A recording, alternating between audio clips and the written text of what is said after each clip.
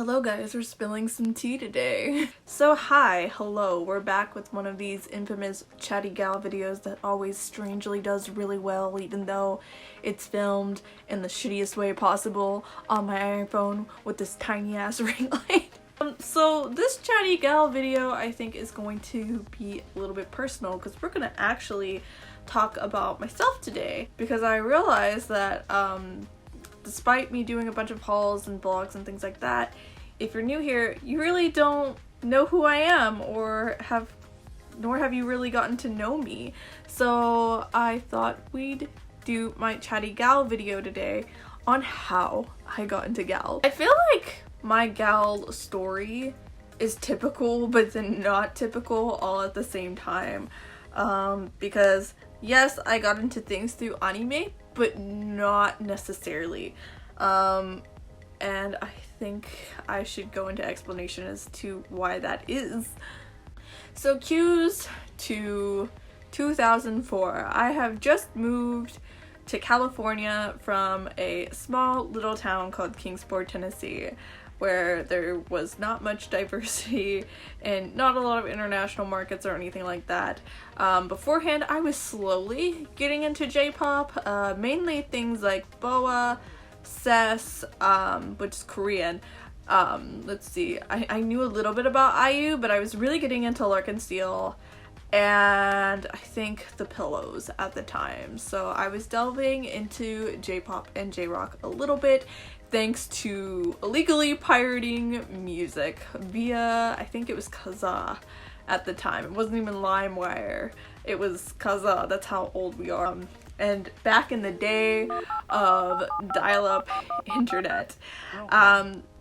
So I was kind of getting into music around that time, but I didn't really have a face to put with the music I was listening to, strangely enough, if that makes any sense. I wasn't able to download music videos, and at the time it didn't occur to me that I could Google pictures of these people. I don't know if that was super accessible at the time, just because like Google and that type of thing was such a new thing. Because of that, I wasn't able to torrent subbed anime. The most I could do was like buy a DVD and watch it subbed. So I'd watch things like Rurouni Kenshin or like Yu Yu Hakusho or Sailor Moon subbed. DVDs were kind of expensive back then, and a lot of things I tried to get in VHS tape format just because it was a little cheaper, because VHS tapes were being phased out. But yeah, because of Kazaa, I would spend like a whole day, I think, trying to like pile a CD together on a disc to burn. Sometimes that required 2 days even, depending on how shitty the dial-up was being and how many people were calling the house. Surprise, surprise. So I end up moving to California, and my stepdad and his family decide that they are going to the casino in Sacramento of all places, and I'm being left home with his brothers. And for some reason, we end up watching Initial D. That was the start of it all, without it being the start of it all, and I will explain as to why. I think it was like a day, like maybe a month after I had arrived, that me watching Initial D had occurred.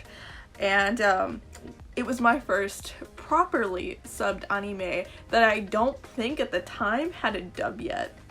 I don't think Tokyo Pop had gotten their hands on it yet. And I was enamored by this. I'm usually not one for cars and car culture, or at least I didn't think I'd be into it until I watched this anime. It was so wild. I loved Ryosuke, I loved Takumi, I loved Keisuke. Like, just everybody had like their own little plot line and stuff. But really bemused me about Initial D was the strong connection it had to Avex tracks. And so I think I saw my first Japanese music videos thanks to Initial D, because they would have Move in the openings and ending. But not only was I in love with Move and being able to have a face to associate with the music, I was in love with Eurobeat. There was something about that being inglorious surround sound, by the way, with the sound of cars that just was absolutely amazing. And I was already listening to trance and techno like way beforehand, thanks to burnt CDs that would be gifted to me. So Eurobeat just naturally seemed appealing. So also around this time, I was lurking around the Borders and the Sam Goody, I think. And I would just randomly read manga and whatnot, because I was neighbors literally with the mall. So I would read things like Oh Hello. Oh Hello is a really fun like J-Fashion based manga. It has VK, it has Lolita, it has Gyaru in it. Like I really consider Nana to be Gyaru in Oh Hello. And I think Aya is the meeker version of herself. It deals with split personality disorder. But like Aya is originally like or Yaya, I think is her name maybe? I'm not sure, but the point is she is originally Lolita, and she's really crazy about this band that's Visual K, and she has this alternate personality that prevents her from being bullied. It's an amazing manga. It's actually what introduced me to J-Fashion, and just I was just like, wow, the clothes are so pretty in this. I wish these clothes existed in real life. Accused me realizing that they exist in real life. But I digress. That had happened all at once, and then I was also reading Yua Tase's not Fushigi Yugi, oh my god, Ayashi no series. But Yua Tase is known for Fushigi Yugi. And Namie Amuro is referenced in that, and I was like, wow, that name sounds familiar, and I realized it was associated with Inuyasha. So I realized at a very young age that anime openings and endings were done by celebrities and like very prevalent people usually. So I started looking up on Kaza not only these openings, but the artist associated with these openings.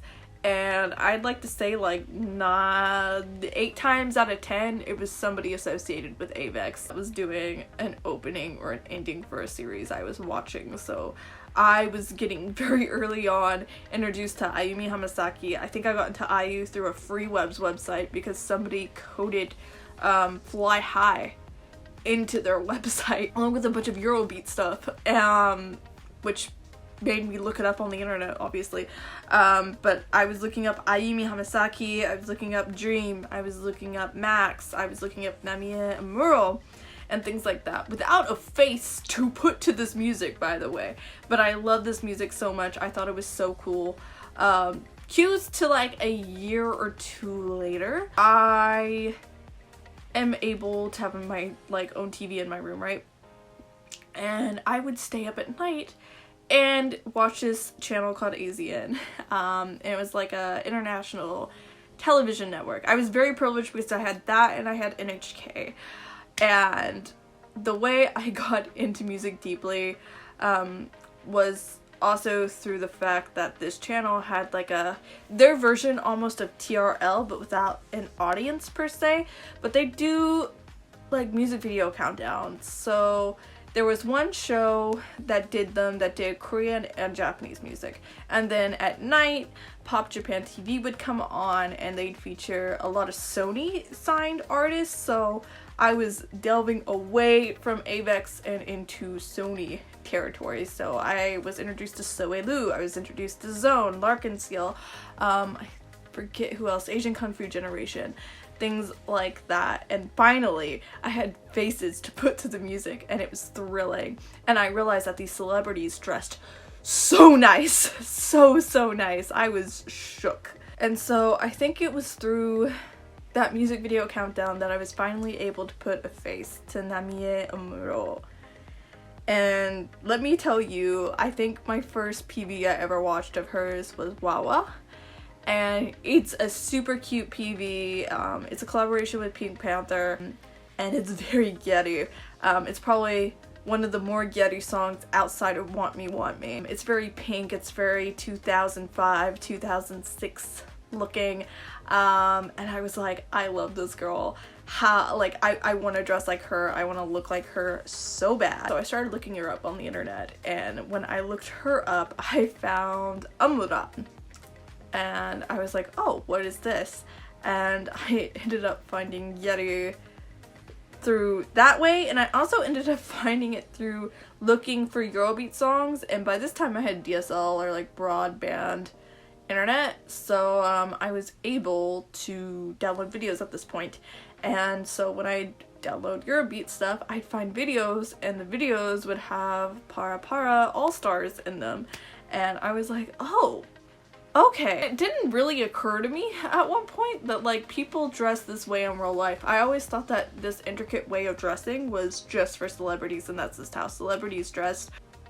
It didn't occur to me that people dressed that nice in real life that were like normal people. But through Amura, I was able to figure out that, oh, like people actually do dress this way. Like they look up to this person, they emulate their style. Much like they do for like IU and Namie and Kodakumi. So there was that, and there was also the fact that I was getting into J-Rock, and Malice Miser and things like that got me into Lolita and VK very, very heavily, and I realized that like there's brands associated with the clothes and Lolita and all that like exist, and it exists beyond the realm of manga. So yeah, that's kind of my first start into gal.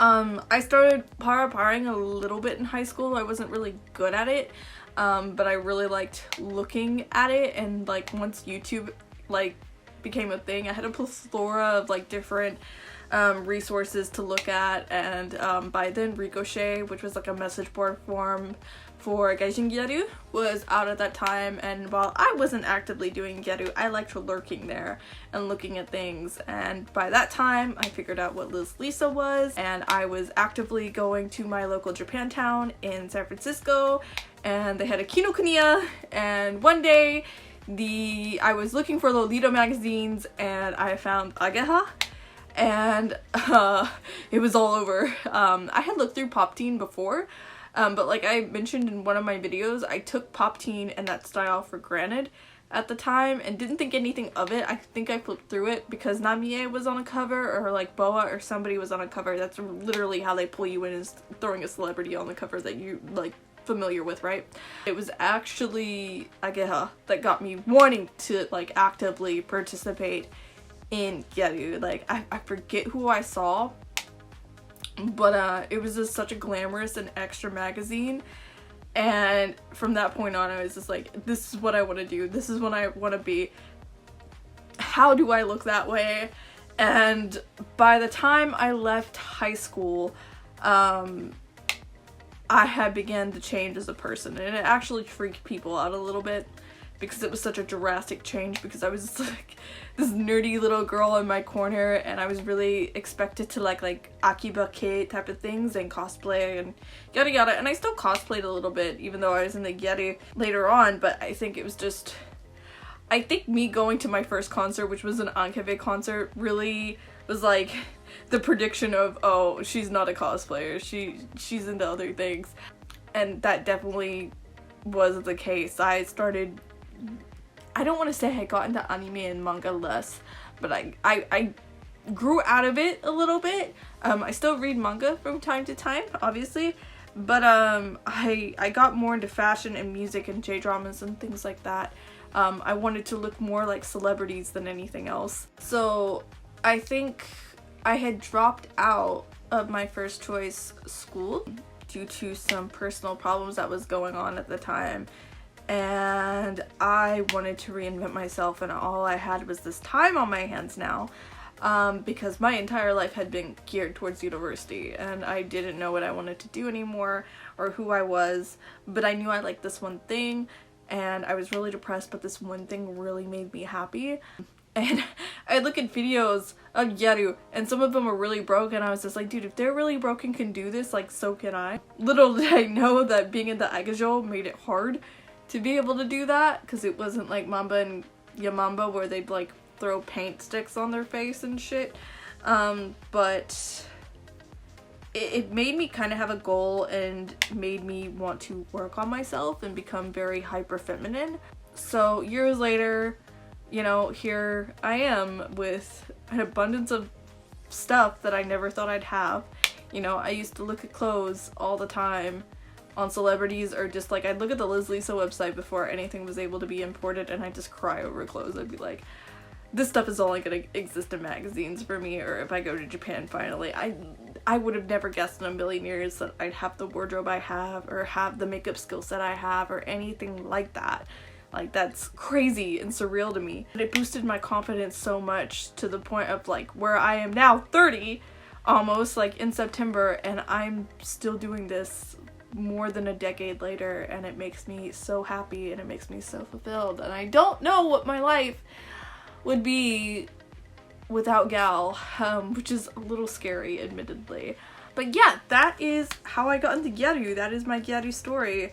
Like I said, it's a little weeby, but like not in the way that you think it would be. Like, it's not the typical I got into Super Gals and that's how I got into Gal or something, or like, I don't know, like I don't know how to explain how I got into things. It was really weird. It was like a weird snowball domino effect thing. Anyways, I hope you guys enjoyed this chatty gal video.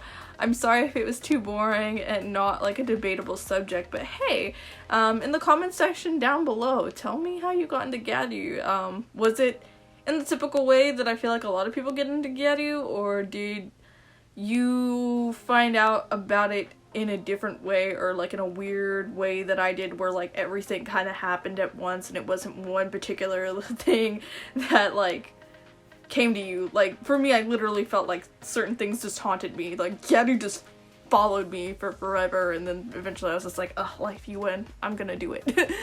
Yeah. Anyways, I will see you guys next video. Thank you so much for watching. Until next time.